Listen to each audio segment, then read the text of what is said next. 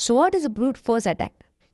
A brute force attack, also known as an exhaustive search, is a cryptographic hack that relies on guessing possible combinations of a targeted password until the correct password is discovered. The longer the password, the more combinations that we need to be tested. A brute force attack can be time consuming. If the password is weak, it could merely take seconds with hardly any effort.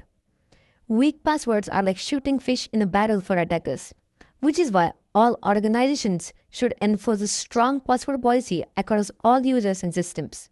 Brute force attacks are usually used to obtain personal information such as passwords, passphrases, usernames, and personal identification numbers.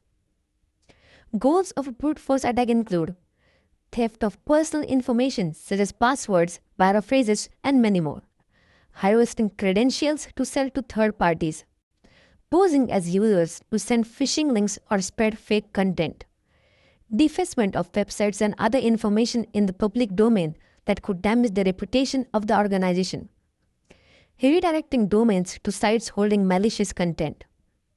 They can also be used for positive gains.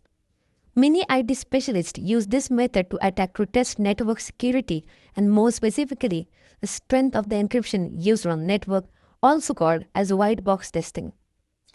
So what are the types of brute force attacks? Simple brute force attack uses a systematic approach to guess that doesn't rely on outside logic.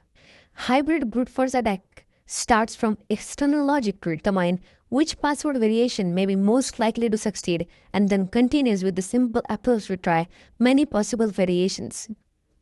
Dictionary attacks guesses usernames or passwords using a dictionary of possible strings or phrases.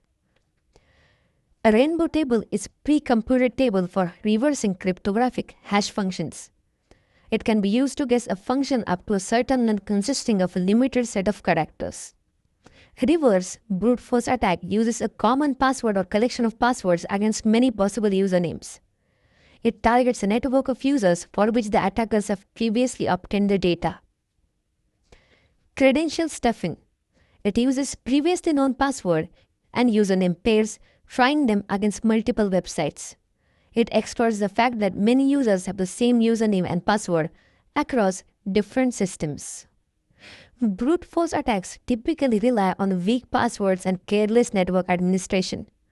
Fortunately, these are both areas that can be improved easily in order to prevent vulnerabilities that could bring your network or website resources to keep in the knees.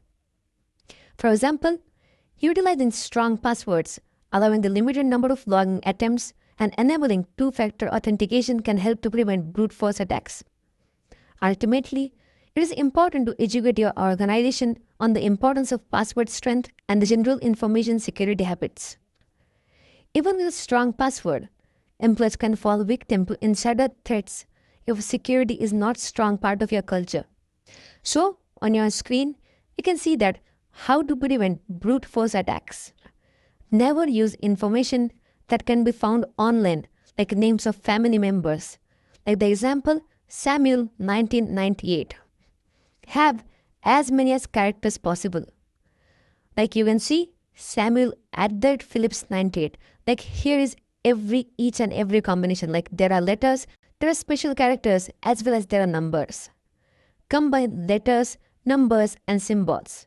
The first is capital letter of Samuel. S is capital, then next small. Then again, P is capital, then the special letter @ and then 98, and then exclamation mark. These types of passwords are difficult to brute force. Be different for each user account. Like don't keep the same password for each and every account. For Gmail, you can keep something different. For Instagram, you can keep something different. For Facebook, keep something different. Avoid common patterns. Like if your name is Samuel and your birth date is in 1998, so just don't put the password as Samuel @1998. Avoid these mistakes, else the brute forcing password is very easy.